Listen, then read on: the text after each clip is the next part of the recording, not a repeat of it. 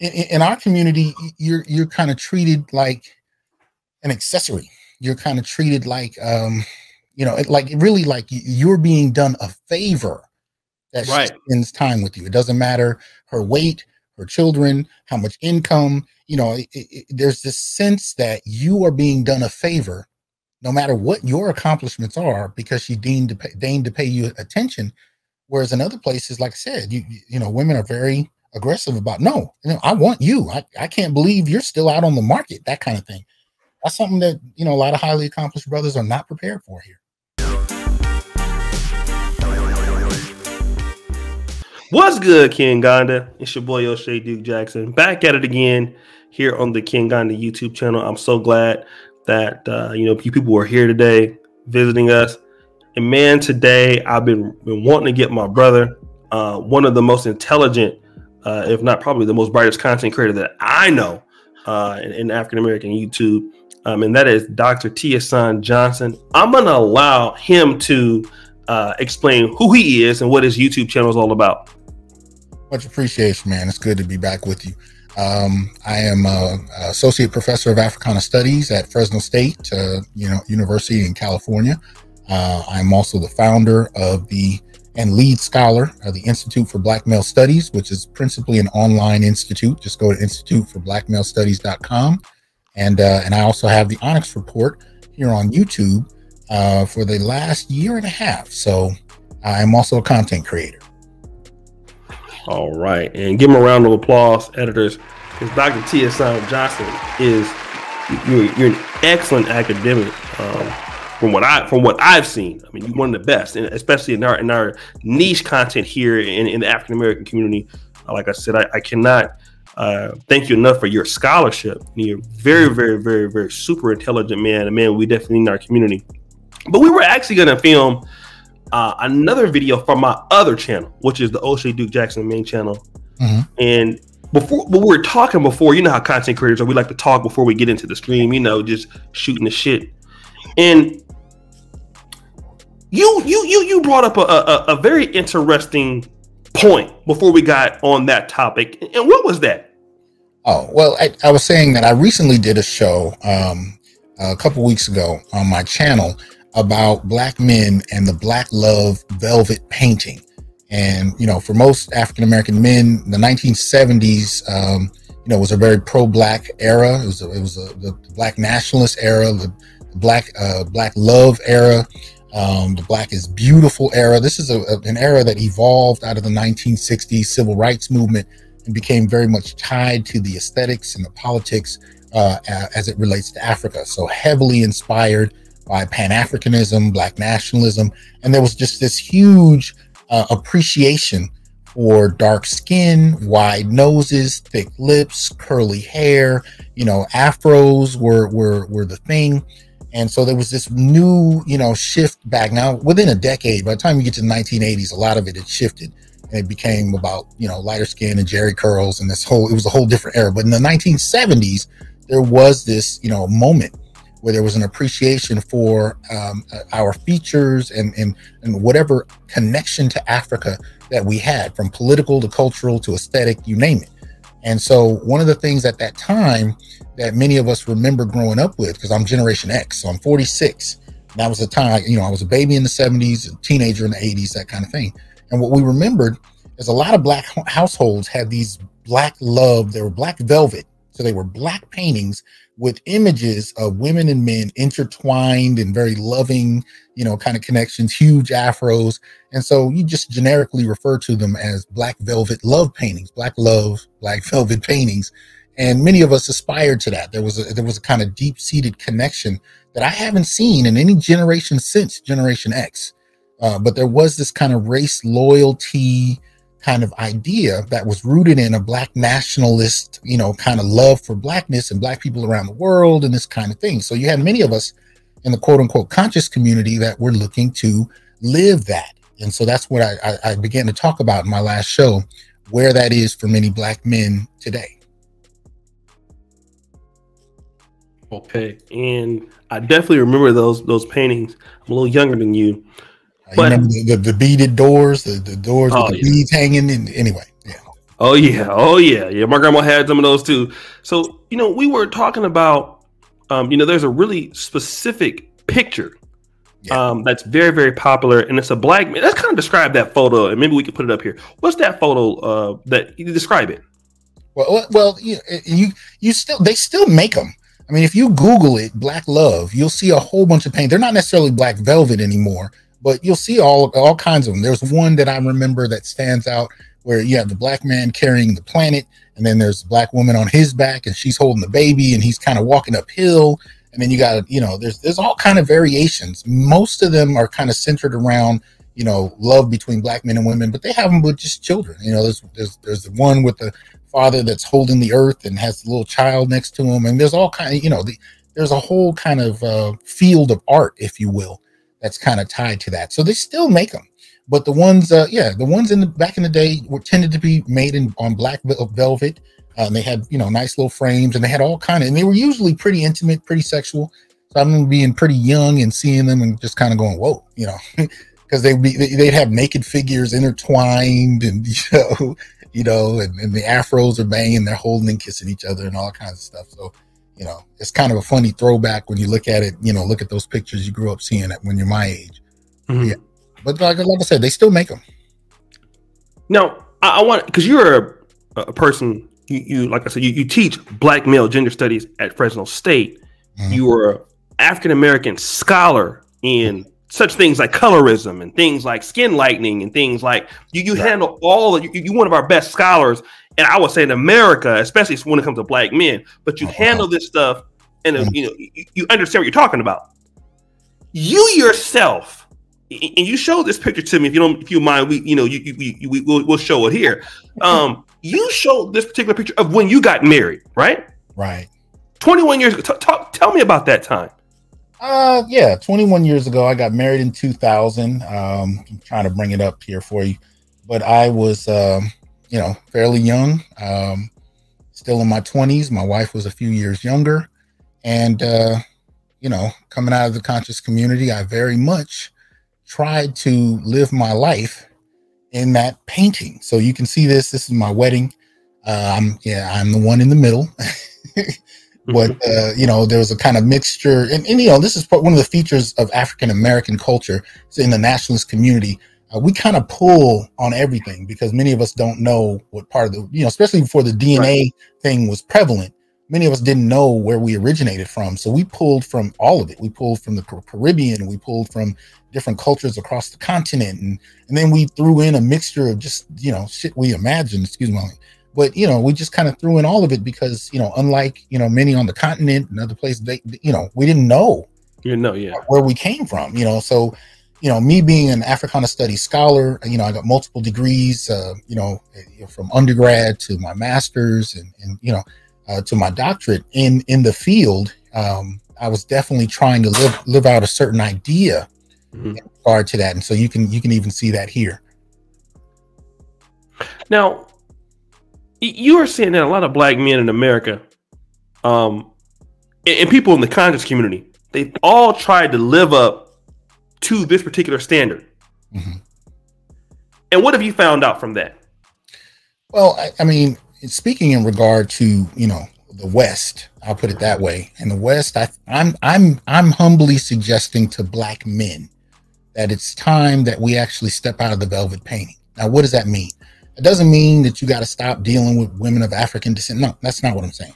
What I'm saying is a lot of the ideas that we associate with that velvet painting are so idealized that they make us, that we're wholly in many ways unprepared for Western women. And so as one of the brothers on my show put it, he said, you end up being the only one living in that painting. The good brother of mine, for example, did that in 2 marriages that spanned over 30 years. Well, the first one was about 10 years. The second one was about 20 years. As soon as the divorces went through, they cut off their locks, cut off their natural hair, permed their hair, and just went buck wild. It was a performance in many ways. And it was a heartbreaking one for him. And I can speak, there's actually a handful of brothers that I've worked with directly, that I know personally, that I would call friends. And I'm very conservative about how many people I call friend. but I have a couple of them that have gone through this same experience.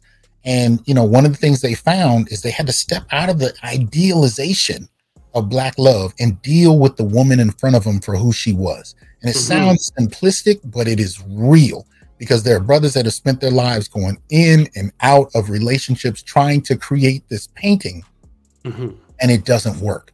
And so in that regard, you know, you got to just deal with the person in front of you, deal with the issues on the table, and really just kind of downplay that idealization, or else you can literally lose decades behind trying to live an idea, but not live in reality.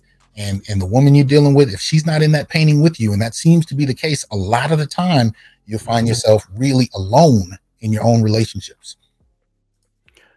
I recently interviewed the wonderful Dr. Mark Eccles.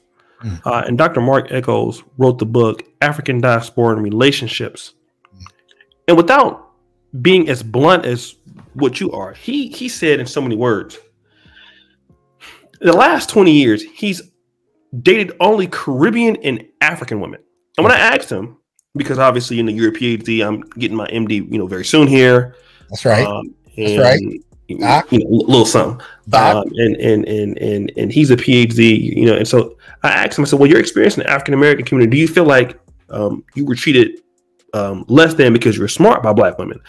He wouldn't answer that. What he said was, I've gravitated to where I was accepted, where I fit in at. There's a feeling from some Black men, at least, not all, that dating within our community, a lot of times we didn't get sort of respect, or we were looked at as lames, and education amongst our community, amongst our women, what doesn't, you know, they were of course pushed towards the elevation of education in their own right, but when it was guys like ourselves, you know, many brothers that felt like, you know, we didn't, you know, like we were kind of corny or something like that. Whereas in the African and Caribbean communities, it was really pushed hard on education. They had more respect for it. Even in the Ivy League programs, you see most of the Blacks that are coming out are the Caribbean and the African population.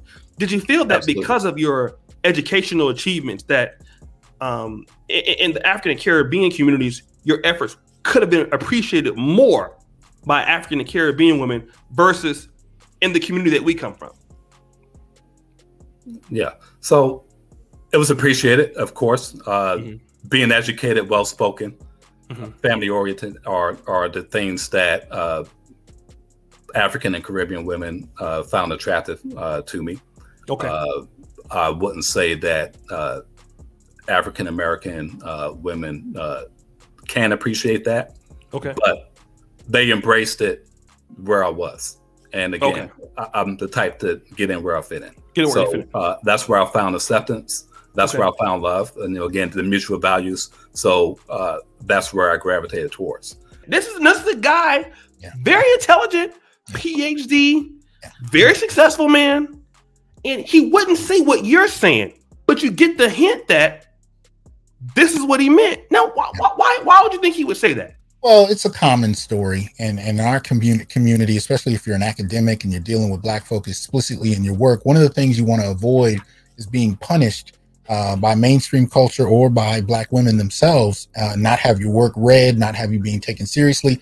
And of course, in this Me Too culture, you can be branded a misogynist, a sexist, and that seems to go hand in hand with mysterious accusations that can fall out of the sky about, you know, your behavior. But I put it to you this way, to show you two brief stories to show you how common what he's talking about is. The first of which is, you know, many of you know, or I've said this to you before, O'Shea, I'm a widower. So my wife passed away in 2009. She had sickle cell, right? Passed away. And, you know, so now I'm newly single, and, you know, nobody that gets married plans to be single again. So I didn't expect to have to be in the market and all that kind of thing.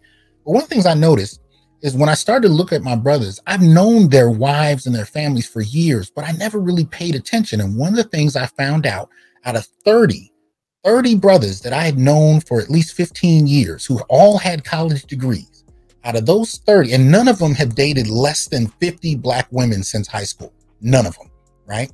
One of the things I noticed about them is out of that 30, one was with a Caucasian woman, two had just gone monk, and they just didn't deal with women at all. And they never said they had negative experiences. They just stopped, you know? So one was with a Caucasian woman, two went monk, one was with an African American woman, and all the rest had found Black women from other cultures and countries. So they either married women from other cultures directly, other countries directly, or they found second generation women who were Haitian, Ghanaian, Nigerian, Jamaican, you name it. And as I started looking around, I started asking them, I'm like, what was this concerted? Like, did you guys meet and discuss this? And every single brother to a man had the same response. It was organic. And it was much like the gentleman you just said.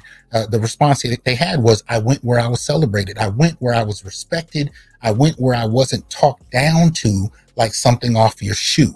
And that just was a consistent theme. Now, I hadn't had that experience, at least that I was aware of to that point. And when I really began to look back, I saw that throughout my relationships, the disrespect that they were responding to. But the difference is I had gotten married, and it kind of, I just completely kind of disconnected. And I can say I have a lot of comrades and associates and colleagues and peers that once they've been married, they're kind of disconnected.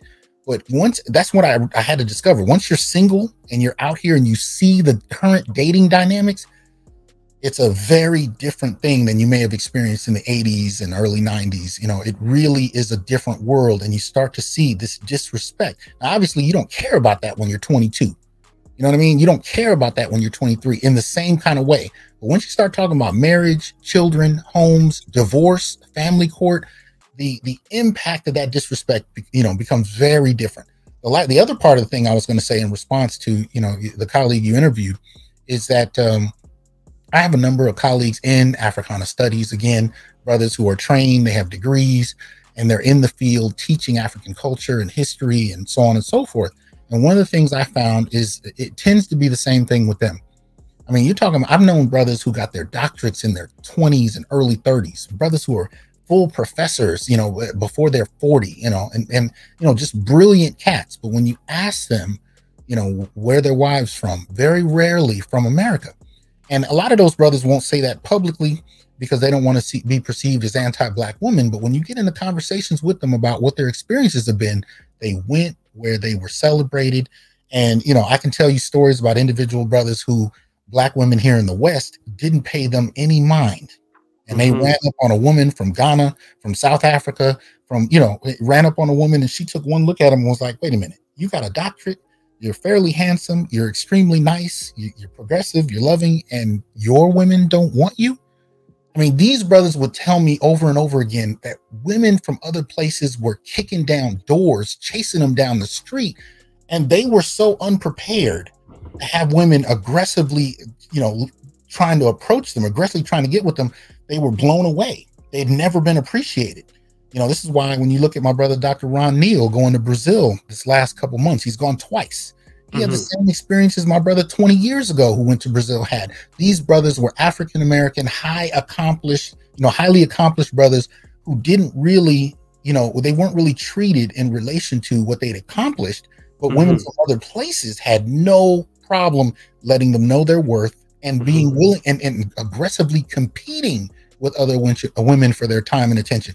That's something that highly accomplished, many, I shouldn't say all, there are many highly accomplished Black males from the West, from America, North America in particular, are often, they're not prepared for. It's not something, in our community, you're kind of treated like an accessory. You're kind of treated like, really like you're being done a favor that she spends time with you. It doesn't matter her weight, her children, how much income, there's this sense that you are being done a favor no matter what your accomplishments are, because she deigned to pay you attention. Whereas in other places, like I said, women are very aggressive about, no, I want you. I can't believe you're still out on the market, that kind of thing. That's something that, a lot of highly accomplished brothers are not prepared for here. Let me kind of talk a little bit about this, because obviously this is the Kingana YouTube channel here, and a lot of brothers, even the brother that I was just talking about, he's noticing that a lot of Black men are gravitating towards Africa, East Africa in general. Why do you think that? What is it about the African American experience or culture that has this level of entitlement with certain sisters, you know, with black men who they would deem, and even in the conscious community, the African American conscious community, where, you know, they like the brothers to be educated and to be builders of the community and things like that. Why do you think that these men who are in these communities, who are, you know, being respectful and things like that, why are top level black men having issues in the Pan-African community? Not just like, you know, oh, I'm Baptist or whatever. No, this is like hard body, you know, Dr. John Henry Clark fans and, you know, Dr. Amos Wilson. Why do you think these sort of brothers with sisters who agree that, you know, the white man is this and all of that, why do you think that in these communities we're still having those problems when, you know, a lot of these sisters have supposedly rejected a lot of the other teachings and stuff of the West? Well, one of the things I talk about, you know, on my channel, when I go into this whole issue of relationships and problems, I don't deal with it from the standpoint of just, you know, an individual relationship. I try to look at what is influencing, you know, the culture. And when you start talking about the, you know, African American culture, when you start talking about black women's culture amongst themselves, what people don't want to talk about is the extent to which behavior has been shaped by decades of policy. So when you have policy that for the most part provides a somewhat stable floor for women and doesn't provide it for men, in the sense that, you know, employment, education, even welfare, you know, access to you know, relatively, you know, I won't say ideal living conditions or whatever, but at least you can get a home, you can get a place to live. You know, black men have never had any of that kind of security. They've never had guaranteed access to anything. Black men understand that you can be highly accomplished, you can be out on the street, and there's nobody coming for you. You know, when you reach that point where you look at your checkbook and know it's at zero, you done lost your job, and there's, you know, you're behind on your rent. You don't have any illusions that somebody's going to create a policy that keeps you in your house for another 6 months, a policy that you are the inspiration for. You understand that you might find yourself out on the corner and nobody will care. See, that reality for black men is not one that's shared throughout the community. But again, it's policy based. So if you live in a community where everything from healthcare to education to employment to reproductive access to reproductive pharmaceuticals, so on and so forth, if that's in the hands of women, and then of course by the time you deal with the family court, if you start talking about divorce or child support, those things tend to lean into the advantage of women. When you find yourself in these situations over and over again, over decades, it starts to create a shift in behavior. So to put it to you, you know, in a narrative, how do you think a young girl in the 70s or 80s is going to perceive her men when she looks at her mother and grandmother and realizes that they could control their relationships using the state? If the father got out of line, she could call the police. If she wanted to divorce him and take half of his worth, she could go to family court. When you can control your outcome, and she sees generations of women doing this through the 90s and 2000s, how does it change the world view of men by women? So once you get in that situation, you know, and ours, I should say, was the first generation that really were single parent led in terms of the black family structure. So that being said, you saw women as heads of households as a norm. And sometimes you had men that just left. Sometimes you had men that was there and wasn't able to really, you know, keep up in terms of income. You had incredible rates of incarceration, right? Up until I think 2013 was the highest. We saw over 900,000 brothers incarcerated. You know, that has a direct effect even after you're incarcerated in terms of employment. You know, you start to see the impact of those kind of things. The outlook and the behavior begins to change. And that's only recently been pressed back on by COVID, not the virus itself, but the economy. You know, it's only in the last year we've started to see women actually reevaluate in the black community their perspective of men, because now they need men, as government is demonstrating itself to be, you know, more insecure than it has in quite a while. I mean, the African American community is still the only one that hasn't even been repaired since the Great Recession in 2008. We're the only community that still hasn't been repaired. And then we run into a pandemic where we're already half of the country's homeless. And in many urban centers, the black homeless is sometimes over 90% male. You know, so when you're looking at those kind of numbers, you know, all kinds of things change. But my only point is that, you know, when you look at it from that vantage point, the perspective and the behavior and just the identification of how women associate with men has changed radically in the last 50 to 60 years, mainly because these policy shifts have allowed them advantages that their men don't get. And the only women that'll really tell you about that tend to be mothers of sons. And when they and it takes them witnessing their sons not being able to have the access that they know, or even their daughters have, you know, for them to kind of realize that Black men live a very different life than Black women. Mm-hmm.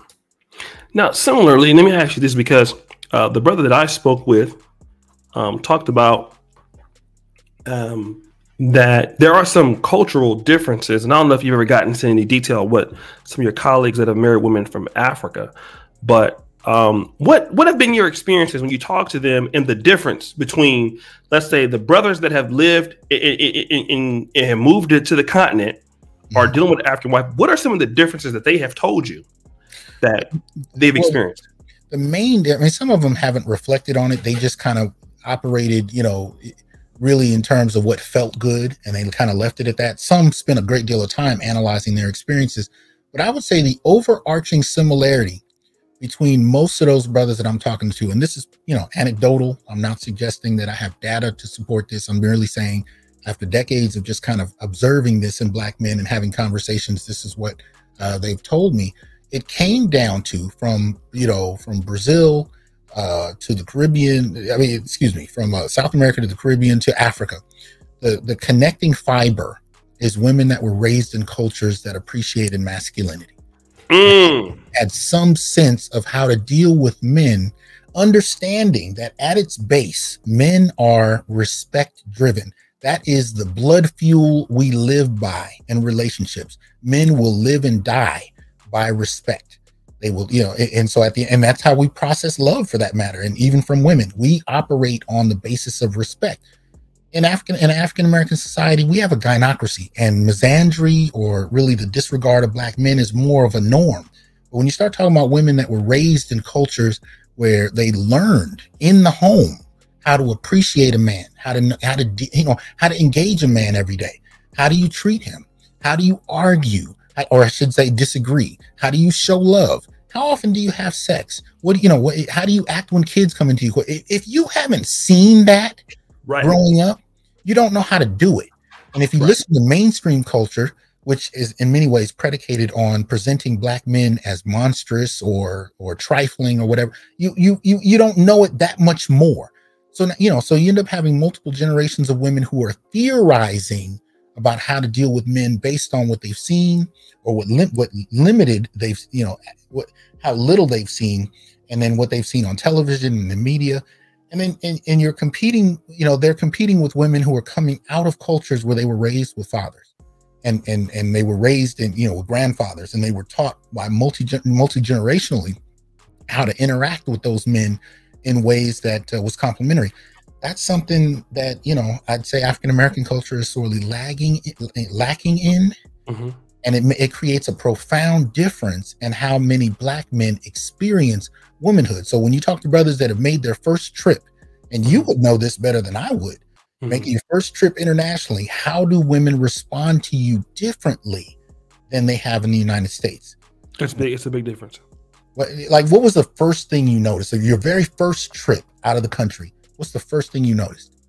I noticed the women were much more polite, much more that attitude that you would get, like, you know, who are you? You know, that kind of thing. I've been African, I've never experienced that ever, not once. Wow. Even if you got rejected, I've never experienced that. See, and my favorite comedian, Patrice O'Neal, even had a joke about it. He said, if you walk up to a Black woman and say hello, she'll call you gay. And, you know, he said, hello, when I'm supposed to respond to hello, you know, and even though he's joking, he's speaking on something that Black men can attest to. The hostility, the sarcasm, you know, in many ways, it's both a protecting, you know, self-protective kind of gesture, in as much as it's also a reflection of misandry in the culture, but it's not rooted in any kind of training that's consistent with respect for men. And so Black men have learned to tolerate it. We've learned to accept it for what it is, and we try to see through it and all kinds of stuff. But when you go to another culture where you don't have to do that work, You can just deal with a woman directly, and you can, she either appreciates you or she doesn't, but it doesn't have to be rooted in insult, sarcasm. I mean, what's the thing we hear from Kevin all the time? Sign language, shame, insult, guilt, the need to be right. He's onto something with that. I mean, and I know that comes, BGS talked about that a lot for the last few years. That came out of BGS's work. But at the end of the day, it comes out of an experience that Black men have of being insulted on a regular basis and looked down upon. But that's become such a feature in the culture that to call it out as misandry, most people will look at you, even men will look at you sideways, because it's so baked into how we interact as men and women. We don't think anything of it. So if you call it, misandrous, people just look at you and they don't even know what misandry means, which is basically the hatred of men, right? So when you talk about anti-Black misandry, you're talking about a very negative form of hatred toward Black men. Most people don't know what that means, but when you start relating it to specific experiences, like with what Patrice O'Neal was talking about, Black men mostly immediately understand. Now, whether they'll acknowledge it has to do with a lot of other factors, especially in relation to the work they're doing and whether or not they want to be ousted by the community or targeted for, the gender mob. But at the end of the day, and I speak to a lot of these brothers, I've been to conferences, get them drunk behind closed doors and have a conversation. And the most ardent Black male feminists will tell you shit they've been through that is no different than you've heard in the red pill community across the board. Let me ask you this, because obviously, and I was even afraid to run this topic on the Kingana channel. I was like, Doc, this is a little bit too much for the pro, because the pro-Black community is much more different than the manosphere. But you've got some criticism for some of your colleagues that are in your ecosystem, that in the African Pan-African world, the Pan-African academic scholar world. What did they tell you when you talked about this, that Black men may have to seek other options outside the African American community? What did they say? Well, I didn't necessarily put it like you have to seek options elsewhere. Really, the way I talk about it is you need to require respect. You know what I mean? And you need to step out of the velvet painting and deal with the woman standing in front of you. If you're gonna deal with African American women, I'm not telling you not to, but I'm saying make sure you outline your boundaries. Now, the fact that brothers are especially the educated brothers who have something to offer, are finding themselves gravitating to where they're appreciated, to me, is not something I'm suggesting should happen. I'm saying it's something that is happening, and we're sweeping it under the rug because we don't want to talk about it. Now, the other thing that's mixed into that is the definition of Black that we have in the United States, especially rooted in the 70s, is one that, we pretty much look at all people, of African descent around the world in some way, shape, or form as Black. Well, with the ADOS and foundational Black communities lately, there have been some critiques and pushback against that concept. But in the Pan-African, nationalist community, there are many brothers that have really leaned into that definition of Black to get out of those experiences with misandry that appreciate them, but they don't have to deal with the blowback of being with a white, it doesn't even just have to be a white woman. It could be a white Latina. It could be a white, whatever. It could be an Asian for that matter. There's a certain type of critique that you'll get as a nationalist, as a pro-Black for being with a non-Black woman, but you don't get that critique if you go find Black women from other countries. So they found this middle ground where they can escape the misandry, still be pro-Black, and really have a much more stress-free life in a certain respect. The negative part of that, however, is that it's only been in the last few years that Black women have finally started to hear Black men's critiques. And to be honest, a lot of that only happened in the last year, again, because of the pandemic. So the problem is you have these high profile, highly accomplished brothers that have been trying to say something, they've not been heard. And so they've just kind of slowly, as Obsidian used to talk about, they voted with their feet. So that's kind of what's been happening, but it's only recently that they're actually starting to listen and hear what those critiques are. And, it's given them, many of these women an opportunity to at least compete to some extent. But I would argue that in our culture, competing for men has not been a value that's been conditioned and cultivated in how we rear our children. That's not the idea. The idea is that women are the prize and men have to compete for them. And it's a very selective traditionalism where men still have to provide and protect like it's the 1950s, And women can do whatever they want. They can work full-time, part-time. They can not work at all. They can have kids. They can not have kids. They can adopt kids. They can abort kids. Women don't have a standard for their behavior. Men do. And men are having a problem with that one-sided, cherry-picked kind of traditionalism. And they're going to find women that are not only raised in cultures that appreciate masculinity, but they're finding women that tend to be a little more traditional and are willing to exchange being protected and provided for with femininity. Let me ask you this, because I know you talked about Dr. Ronald Neal. I've heard a lot of good things about him. I've never checked him out personally, but I definitely will now. Mm-hmm. I know that because a lot of black men, a lot of black men don't really go to Africa as much, or at least it's more publicized. African American men visiting places like Brazil. That's been going on for like 20, 25 years, especially amongst the middle and upper middle class black men. It's been going on for a long time. Dominican Republic, Colombia. And a lot of times, even if black men, because there was Mr. Charles Tyler that was on YouTube. He recently passed about 3 years ago. But he was only interested in dating Afro-Latinas. Mm-hmm. And so then you had a lot of black women that were responding to that, saying that, oh, you're going over there dealing with these women. Mm-hmm. So when you're talking about black men dealing in, Ghana, dealing in, Uganda, Nigeria, places where black women look just as much as black as they are. Mm-hmm. Do you think that can create some animosity or jealousy if you get too many black men dealing with women that are from Africa, Tanzania? Do you think that that's going to cause some sort of because you hear that lashing out when black men go to white women, non-black women, Afro-Latina women, lighter women? Do you think that can happen in this community if that starts to happen more? Well, I think it already is on a certain level, but again, because of our definitions of blackness, it gets to be gray area, right? Like again, going back to my brother, Dr. Neal, he sent me pictures from his first trip in Brazil, and some of the women that he, just took pictures at a restaurant, just outside, just enjoying the culture. They looked like, the sister growing up around the corner from you. It wasn't that he was going off looking for these, exotic looking women. They, in terms of skin tone, they can be dark or darker than, whatever. It's not quite as cut and dry as people like to think when they critique brothers that decide to go international. Because these brothers, and that's the thing, when I was talking about my friendship network of the 30 brothers I was roughly looking at after my wife passed, these are brothers that came back with, some of them came back with chocolate, dark-skinned chocolate women. They just happened to come from Haiti or Jamaica or Ghana, you know what I mean? And or Brazil. And what are you going to say? He loves white women? Well, that becomes a hard argument. But the specific group of brothers, and you're kind of an anomaly, man. I haven't run into brothers. I mean, yeah, Sacramento, and you're global and you're all over the continent. Most of the brothers I'm talking about who appreciate women from Africa, that's what they want more so than anywhere else.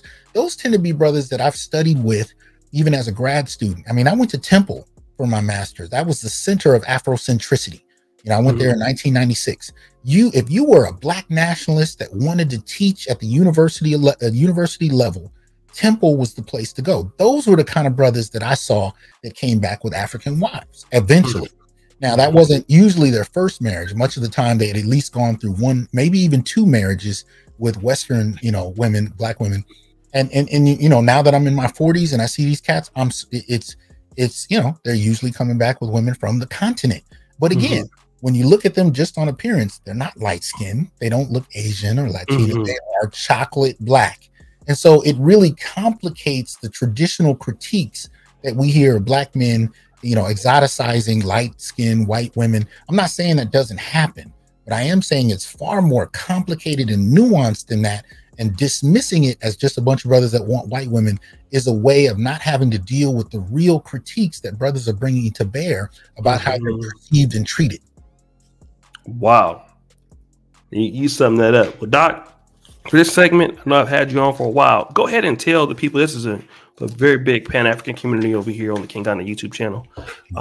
Tell the people, what they will learn by coming to your YouTube channel. Well, much of what I'm trying to do with my work is through the Institute for Black Male Studies. As a scholar, I'm trying to advance a field that only a couple of brothers have been working in explicitly. Dr. Tommy Curry, Dr. Ron Neal, Dr. William Smith. There's a handful of us that are advocating for Black men.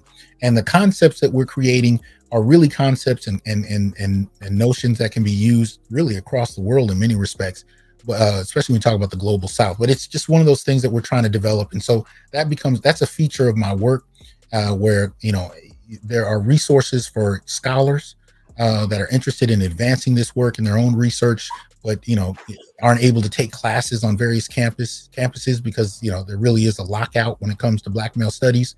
And then as far as my work with Onyx, it really is a space where I'm trying to connect the Black male studies world, the Black manosphere, and, you know, the experiences of Black men in contemporary mainstream culture, you know, things that are going on in the news, where I'm really trying to apply these concepts to real world situations so we can actually see how they work and discuss it.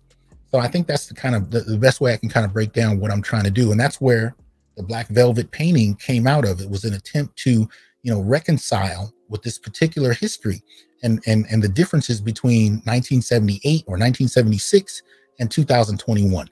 You know what I mean? For Black men that are looking to uplift their communities, but have to deal with the realities of what the Western world has wrought, especially in regard to policy. All right. Well, Doc, you've done a really excellent job. Make sure that you brothers and sisters, make sure you subscribe to Dr. Tierson Johnson. First comment pinned to the top. And as you know, keep it real, King Ganda forever. We're out.